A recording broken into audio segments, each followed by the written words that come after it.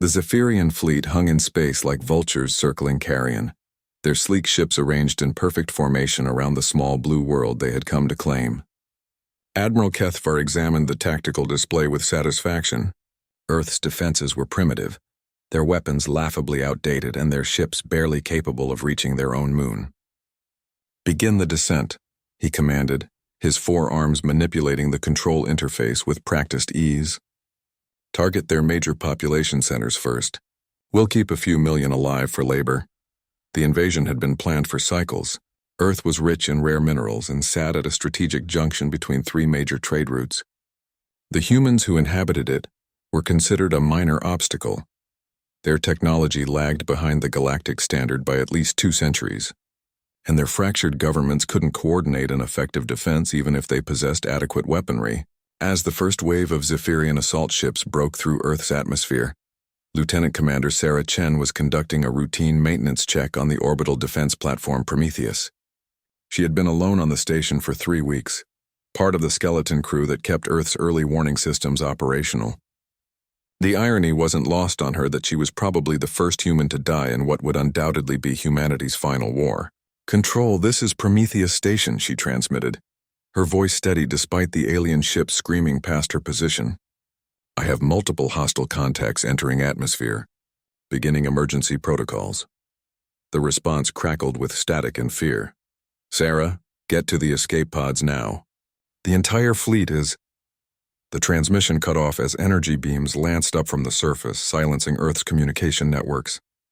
Sarah looked at her console, then at the emergency lockdown controls. The Prometheus station contained something the aliens didn't know about: an experimental quantum resonance generator that had been in testing phases for months. The scientists had called it a defensive measure of last resort, though they'd never explained exactly what that meant. Through the observation deck, she watched the alien ships descend toward Earth like falling stars of death. Cities began to burn. Millions of lives were about to be extinguished, and there was nothing she could do to stop it. Or was there? Her fingers hovered over the quantum resonance controls. The manual had been very clear about one thing. Once activated, the field would be impossible to shut down. The generator would create a quantum entanglement field around Earth that would persist indefinitely, fed by the planet's own magnetic field. Sarah thought of her daughter in New York, her parents in California, her brother serving aboard a naval vessel in the Pacific. She thought of every human who had ever looked up at the stars and dreamed of the day they would walk among them. She activated the sequence. The Prometheus station shuddered as the quantum generator came online. Sarah felt the familiar tingle of teleportation beginning, the escape pod's automatic systems engaging as the station's core began to destabilize. But something went wrong. The quantum field that was supposed to propagate around Earth instead began to center on the station itself. Sarah realized with crystal clarity that she had become the focal point of the field. In the split second before the explosion, she understood what the scientists had really created: not just a defense system, but a quantum barrier that would make Earth untouchable to any spacefaring race. The price was simple: one human life to serve as the eternal anchor point. The Prometheus station erupted in a brilliant flash of blue-white energy that washed over the Zephyrian fleet like a tidal wave. Admiral Kethvar watched in horror as his ship's instruments went haywire. The quantum field didn't destroy his vessels. It simply made it impossible for them to approach the planet. Every time they tried to descend, they found themselves mysteriously redirected, their ship's computers reporting navigation errors that couldn't exist.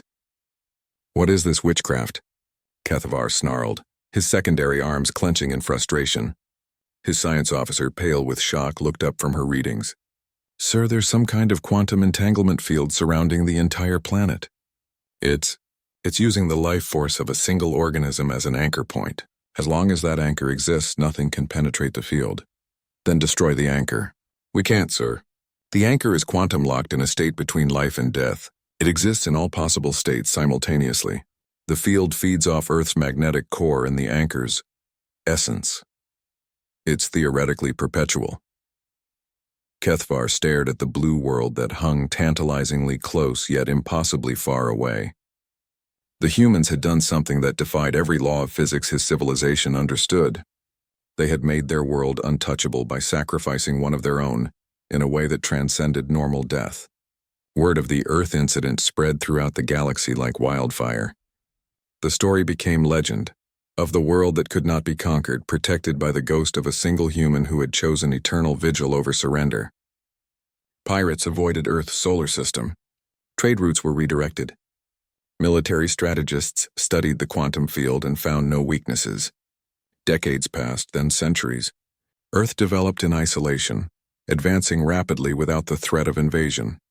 They built ships that could leave their system, but nothing could enter it.